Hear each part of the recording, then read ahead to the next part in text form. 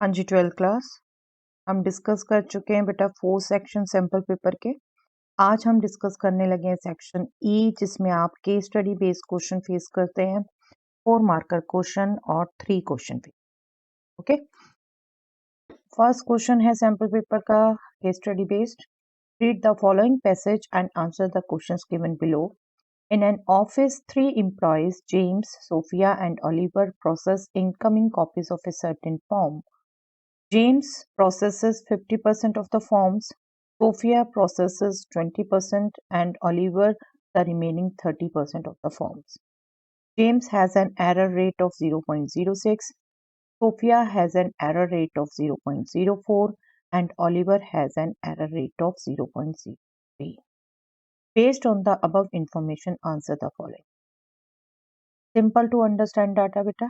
किसी कंपनी में, किसी ऑफिस में जो कोई एक टाइप का फॉर्म है, उसकी कॉपीज को प्रोसेस करने का काम 50% जेम्स करता है, 20% सोफिया करती है और 30% वो फॉर्म ओलिवर दे। ठीक है, आपको कहा है अब नेचुरली काम करेंगे तो कुछ ना कुछ गलती भी हो सकती है।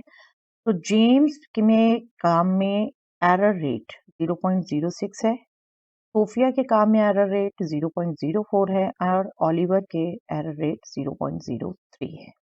Okay, simple data. अब इसके बेस्ड जो क्वेश्चन है उनका आंसर देना है। पहला क्वेश्चन है, find the probability that Sophia process the form and committed an error. देखिए, मैं अगर आपको इवेंट्स के टर्म में ही समझाऊं, यहाँ पर अगर हम ले लें E1, E2, E3 event, form is processed by James,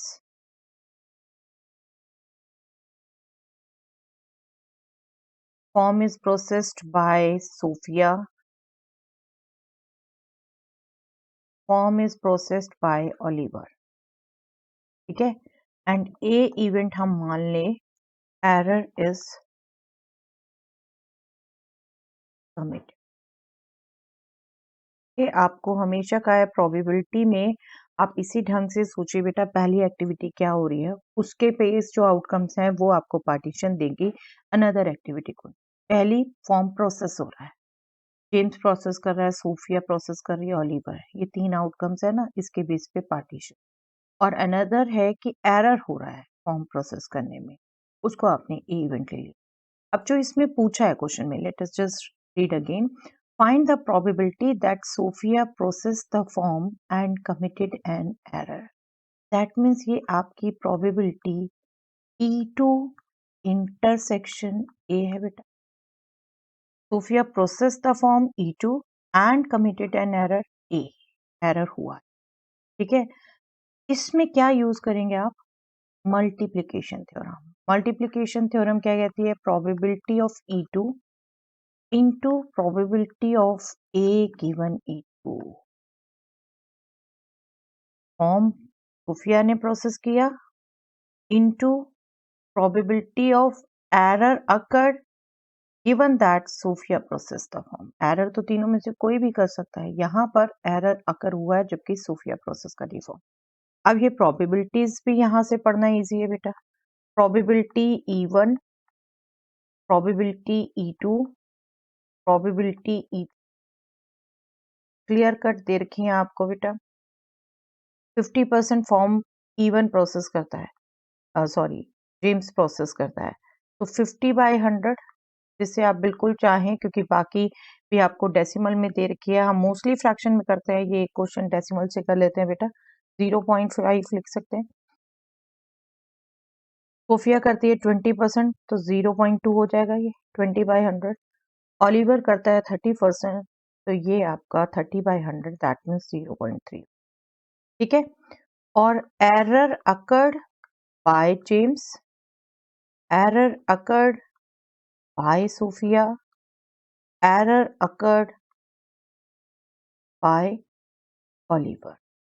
ये आपको क्लियर कट दे रखी है। This probability is 0.06, this probability is 0.04, this probability is 0.0। हमने तो E2 से देखना है बेटा, प्रोबेबिलिटी E2 हो गई 0.2 और प्रोबेबिलिटी A गिवन E2 हो गई 0.24। 0.2 मल्टीप्लाई करना है हमने 0.04 से, दैट मीन्स 0.20। ओके, अगर आप वही अपनी थ्योरी 2 एक्टिविटीज करके अंडरस्टैंड करेंगे तो बेटा बहुत इजी। यस, सेकेंड पार्ट है इसमें, find the total probability of committing an error in processing the form. That means probability of a पूछिए, theorem of total probability use होगी, probability of event into probability of a given event. आपको ये कहा, मैंने suggest किया था बेटा, ये प्रोबेबिलिटीज जब आप इवेंट लिख लेते हैं तो आप ये प्रोबेबिलिटीज लिखिए इतने ढंग से आपको इजीली याद रहे formulas, this into this plus this into this plus this into this करना, right. Plus probability of E2, probability A given E2 plus probability of E3, probability A given E3। बस आपने इनकी वैल्यूज पुट करनी है और calculate करना है बेटा। ओके, प्रोबेबिलिटी E1 थी 0.5, प्रोबेबिलिटी E2 थी 0.2, प्रोबेबिलिटी E3 0.3, बाकी प्रोबेबिलिटीज भी 0.06 थी शायद, यस 0.04, 0.0 को पुट कर दीजिए बेटा। 0.06, 0.04, 0.0,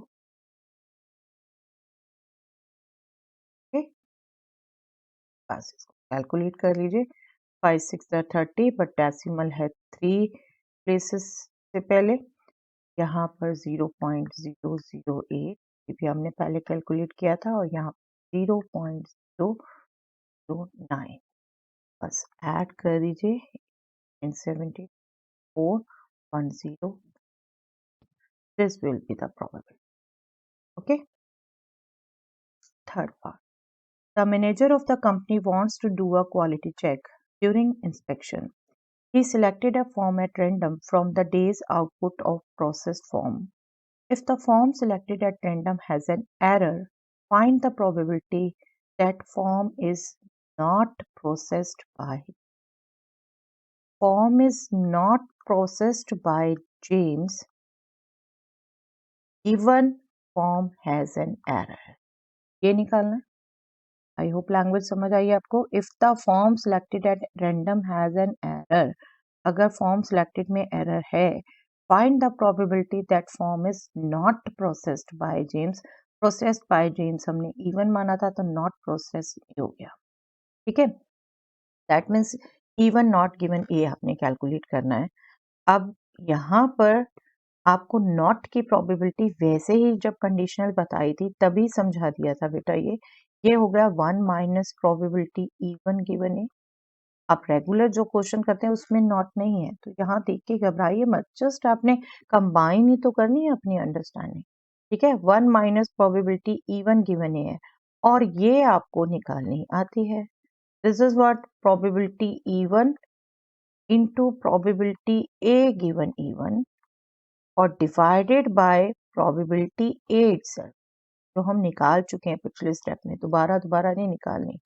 probability E1 was 0.5, probability A given E1 was 0.06, अभी हमने यूज किया, एंड ये हमारी आई थी 0.047।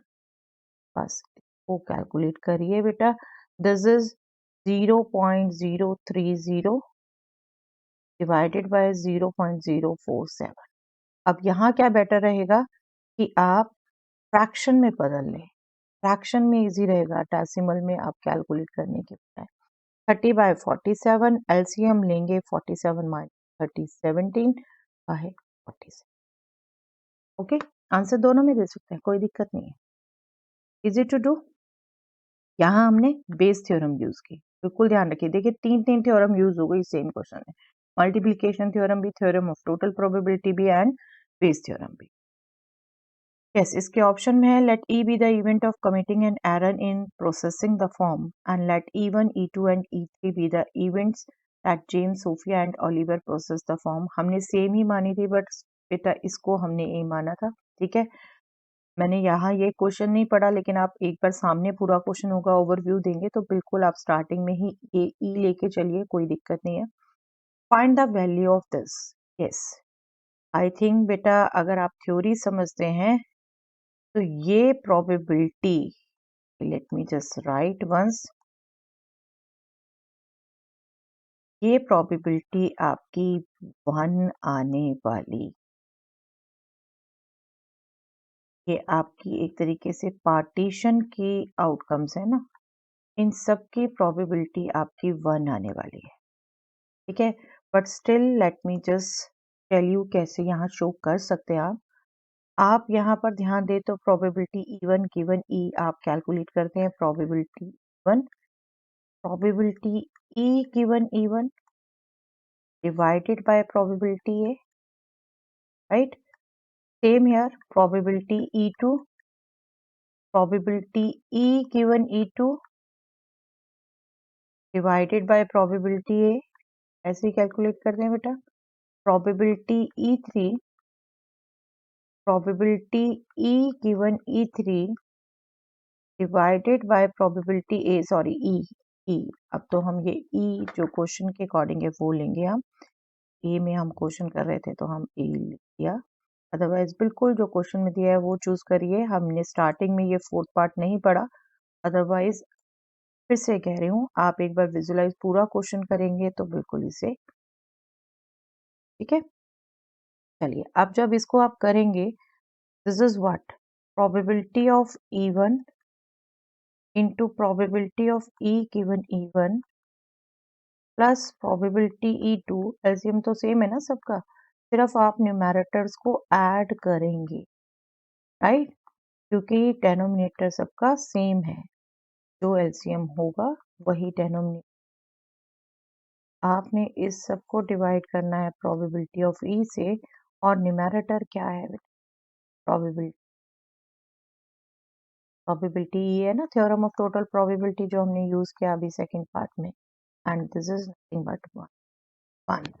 आप बिल्कुल एमसीक्यू हो तो सीधा ध्यान रख सकते हो, दिस जितनी भी पार्टीशन में आउटकम्स होंगे उसके गिवन अनदर इवेंट अगर सम निकाल रहे हैं आप तो वो 1 आने, ठीक है। चलिए, yes, second case study beta, read the following passage and answer the question given below. Teams A, B and C went for playing a tug of war games. Teams A, B, C have attached a rope to a metal ring and is trying to pull the ring into their own area. देखिए, team A B C, ये एक आपको दे रखे है metal ring और इस पर आपकी रोप पुल है, इस रोप बंधी हुई है और इसको पुल करना है, ठीक है। तीनों टीम ने अपने एरिया में एक तरीके से एरिया भी क्लासिफाई कर दिया इन लाइन से। Team A pull with force this, team A का फोर्स यहाँ पे लिखा भी और मेंशन भी किया हुआ है। Team B pulls with the force this -4i + 4j k newton, units भी दे रखी है।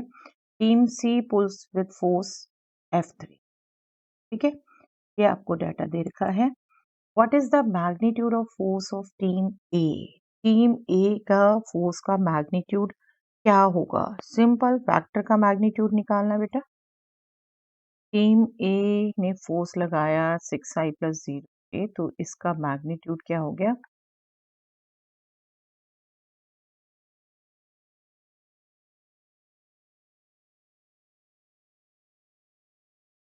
Of 1 which is square root of 6 square plus 0 square, that means 6, और बिल्कुल k न्यूटन फोर्स, ठीक है, यूनिट लगा। Which team will win the game, second आपसे पूछा है कौन सी टीम विन करेगी, नेचुरली जो ज्यादा फोर्स लगाएगी बेटा, तो सबका ही फोर्स चाहिए आपको। F1 का फोर्स मैग्नीट्यूड चाहिए आपको, मैग्नीट्यूड F1 का हम निकाल चुके 6 के न्यूटन। F2 का हम निकाल लेते हैं square root of -4 square + 4 square, that means 16 + 16 32, 32 का स्क्वायर रूट करेंगे आप बेटा 4√2, ओके।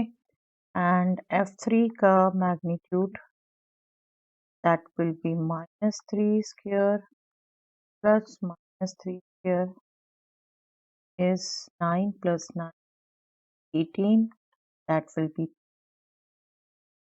तो इनमें से मैक्सिमम कौन सा हो गया बेटा 1 का, तो team A will win. F1 आपकी टीम ए का फोर्स, ओके। यहाँ पर ध्यान रखिए z कंपोनेंट नहीं है तो हमने सिंपल AI प्लस BJ का मैग्नीट्यूड निकाला है square root plus B.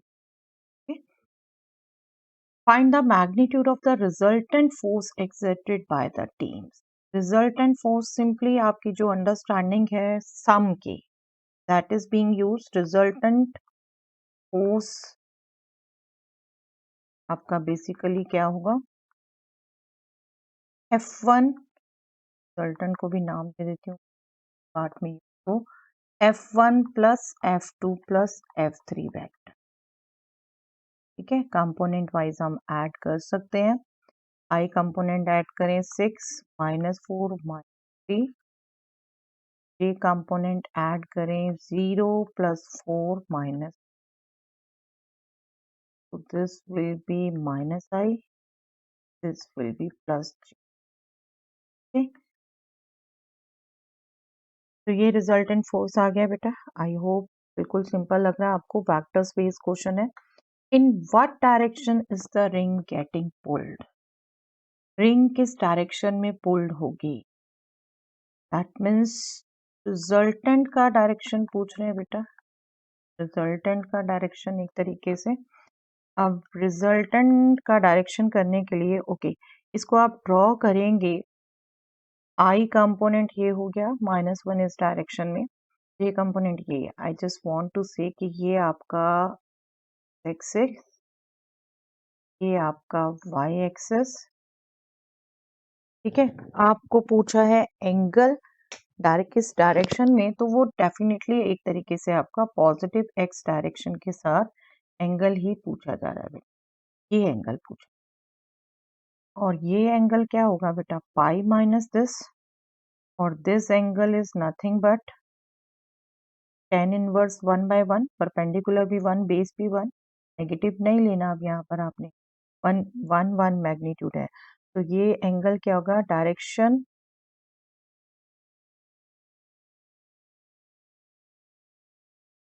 in which ring is pulled,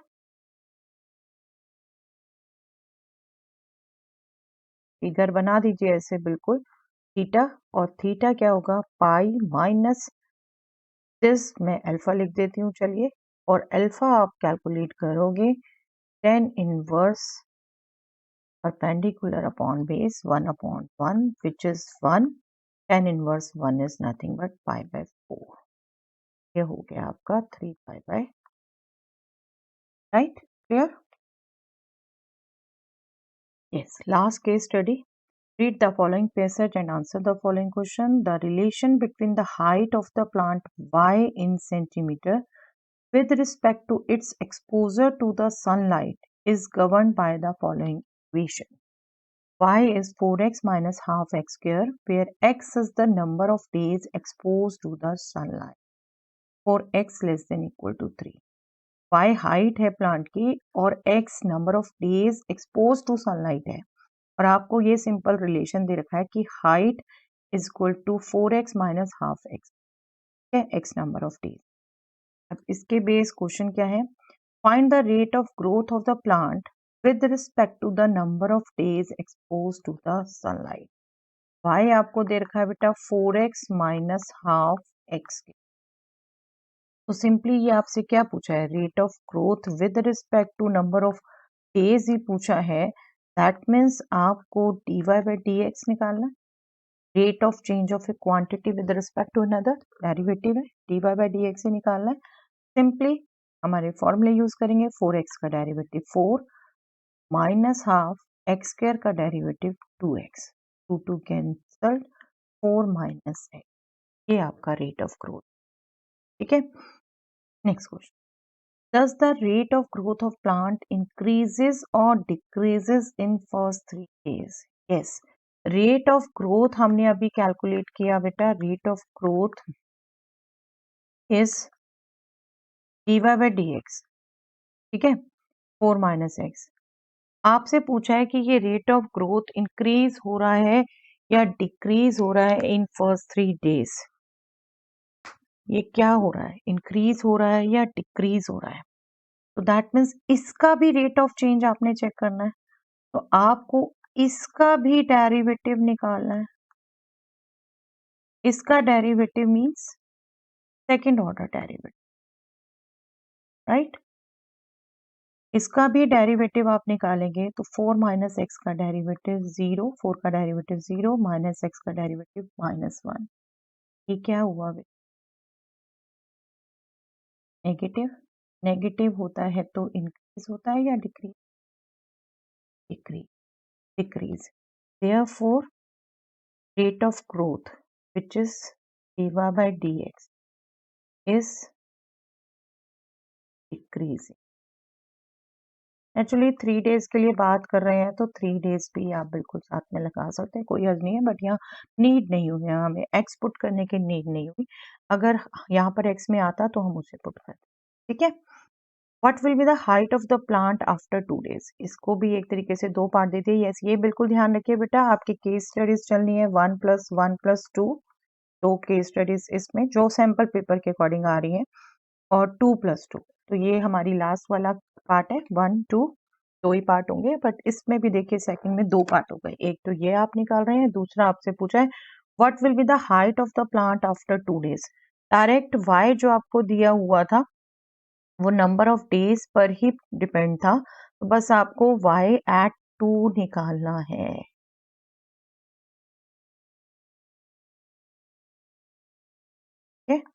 height after 2 days, तो x की जगह आपने 2 पुट करना है।